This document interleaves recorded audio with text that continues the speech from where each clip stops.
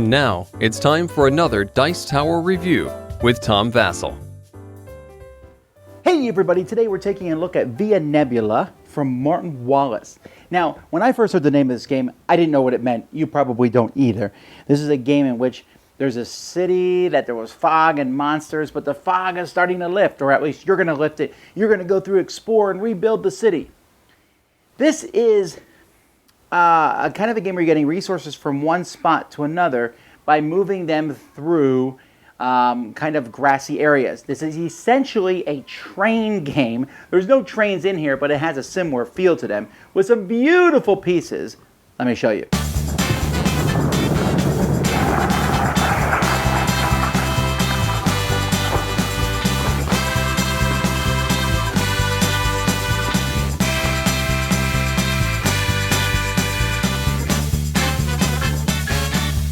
There are two sides to the board. This is the easy side of the board, and the board is made up of construction spots. They're nasty monsters, which basically just means you can't go into those spots.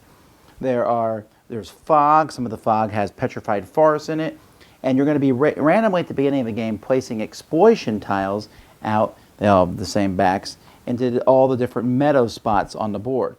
Now, there are 5 special explosion tiles. You won't use one of them randomly. The other 4 you will. Those are the ones that have 5 resources of that type.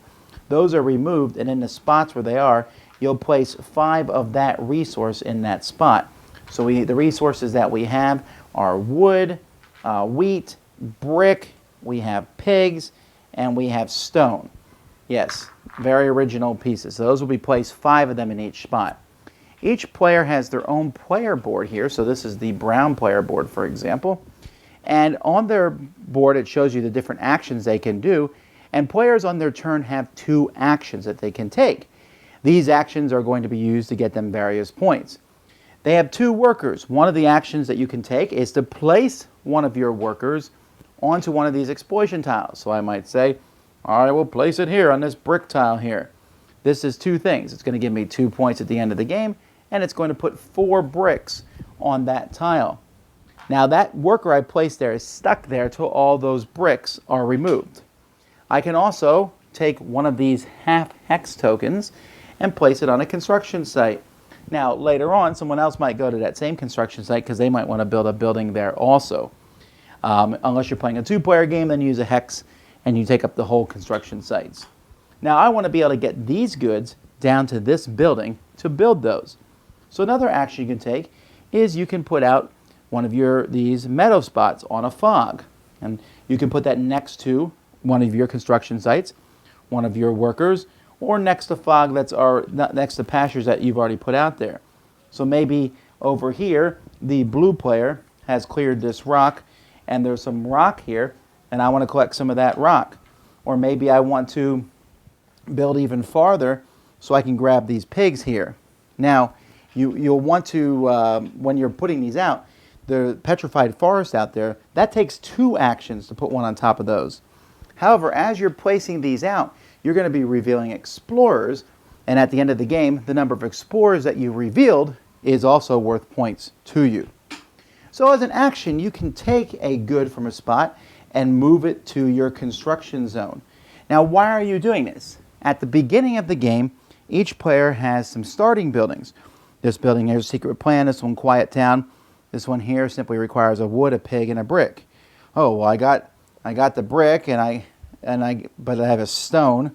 Maybe later on I managed to move a pig in and somehow also get a wood in there from some other source. Once I have the wood, pig, and brick, I can say I'm building the Quiet Town. I'll put this card in front of me. At the end of the game, I'll get 4 points. I'll take this building and replace the resources there with that building. And because I used a resource that I did not need, I needed stone, I'm going to put it on my board in excess resources where you see that it's going to cost me a point at the end of the game. So that building was technically 3 points.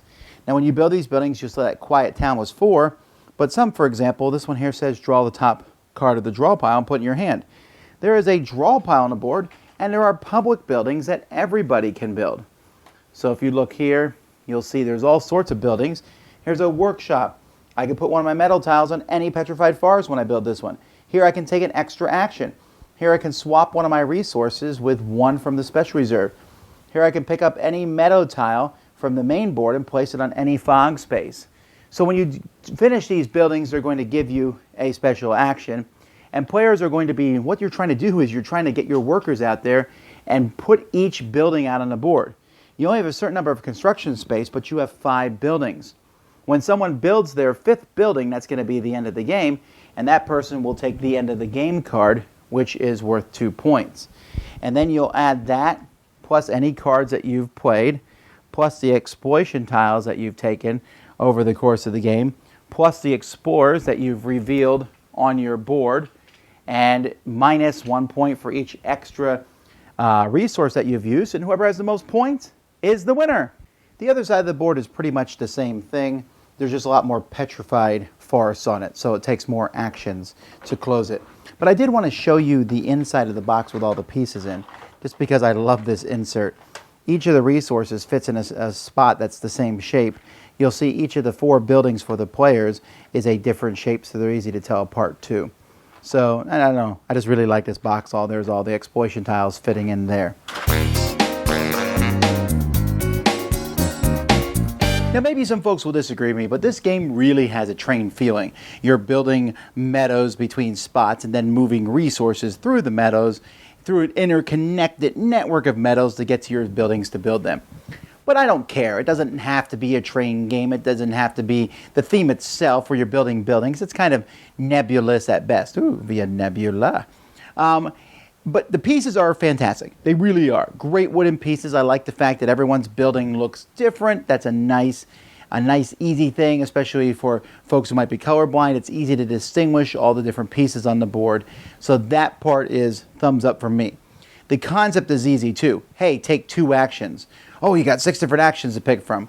Yeah, but most of the time your actions are simply going to be building your route, and one of those costs 2 actions. That's your whole turn. You're like, but actions are fast enough that you never sit around. It's not one of those games where you're sitting there, when are you going to finish your turn? No, their turn is going to be maybe putting out a meadow, maybe moving a piece. And so you're trying to get these pieces. Now, the way that this game operates is there's a couple things that can be tricky. You want to set it, the base of the game is, hey, set up my building sites so that I can get all the resources I need to build the buildings. Great. Now, are you going to use those buildings that are in your hand, because those are guaranteed, or do you want to use a building that's out in the middle? So you say, oh, I see a building that's out in the middle. That needs a stone, a wood, and a pig to finish. Great. So I get a stone and wood and pig. Someone else builds that card before I can. Great. Now I got a stone, wood, and pig, and that's not actually available out there. But I do see something that's just a stone and a wood. Now, do I want to build that? If I do, though, I'm going to lose a point because I have that extra pig. And I like that. There's a little bit of a, how much do I want to push my luck? Do I want to put, or do I just put a whole pile of resources here and hope a great building shows up? Because the buildings are really varied. There are 2, 3, or 4 points. A couple are some extra points maybe for things at the end of the game. But also that special ability. I build that building, gives me another action. And the game's almost a race to see if you can finish things before everybody else. So that's kind of an interesting concept. The other interesting concept is, hey, you get a lot of points by putting your workers out. I might put a worker out on a spot in the middle of the board and grab that exploitation tile, which only has 3 resources. Great, gives me a point. You guys take the resources. Now I got my worker back. I can place him out again. But if I put him in a spot where no one's really pulling the stuff off that spot, suddenly I'm in kind of trouble because I have that worker kind of stuck there. So you have to kind of build your network in your head a little bit and think ahead, trying to go for the cards that are in your hand and or cards that are out in front of you. Really, though, to go farther than that would be to make this game really too deep for what it is. You're essentially just getting buildings and resources and then moving them along the boards and finishing routes and things. It's kind of that quick, fast thing. In fact, it reminds me a lot of a game that I played years ago called Transamerica, except this game's way better than Transamerica. In Transamerica, you were connecting railroads around to a big network. Well, the same thing happens here. The meadows that I put out are helping you. If you can connect that way, you can pull those resources too. And as the game goes by, slowly the whole board is going to become one big giant network. And when an exploitation area where there's resources gets emptied, that then tile can be passed through and becomes part of the network. So I find this game very, what's the word? I think pleasant. It's enjoyable. It's not like mind-blowing. There's nothing really new here, but they've taken a basic concept where you do some actions and move things, and they take these heavier train games, and which Martin Wallace is known for, Age of Steam, Steam itself, a Railroad Tycoon, and it's kind of like in that same family, but it's a much simpler, easier one, and half the people you show it to won't even say, oh, this is a train game. They won't even notice. They'll be distracted by the pieces and all, playing a simple, fun, strategic game. So if you're looking for that mid-weight style train, maybe pickup and delivery type game with absolutely stunning components, you'll like this one. I found it enjoyable. That's Via Nebula. Dice Tower Judgment approved. Thanks so much for watching the Dice Tower videos. Find more great videos and reviews, as well as our top-rated audio podcast at Dicetower.com. You can also find other great shows at Dicetowernetwork.com. I'm Eric Summerer, and you've been watching The Dice Tower. The Dice Tower is sponsored by Cool Stuff Inc., where you can find great games for great prices. Cool stuff in stock. Check them out at CoolStuffInc.com. Shut the door. Do.